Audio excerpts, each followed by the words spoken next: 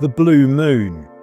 If this cocktail was a person, it would be some old wannabe crooner who gets up on the karaoke belting out lounge music like it's at the Sands Casino in 1955, with Frank Sinatra and Dean Martin sat at the bar sipping old fashions, when in reality they're in the Manchester City Supporters Club with a group of lads drinking Stella and claiming they were Oasis's roadie in the 1990s.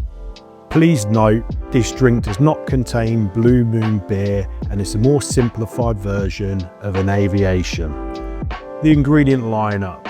This is a simple one, so we're going to go over London Dry Gin, Creme De Violette and fresh lemon juice. Let's kick this one off by adding 2 ounces, that's 60 ml of gin to the shaker. Follow this up with half an ounce, that's 15 ml of Creme De Violette. Lastly, add half an ounce, that's 15 ml of fresh lemon juice. Add ice and shake for around 10 to 13 seconds. History-wise, this cocktail was thought to have been created by Hugo Enslin around 1917, and it originally contained Crème de Violette and vermouth and was more a pink colour.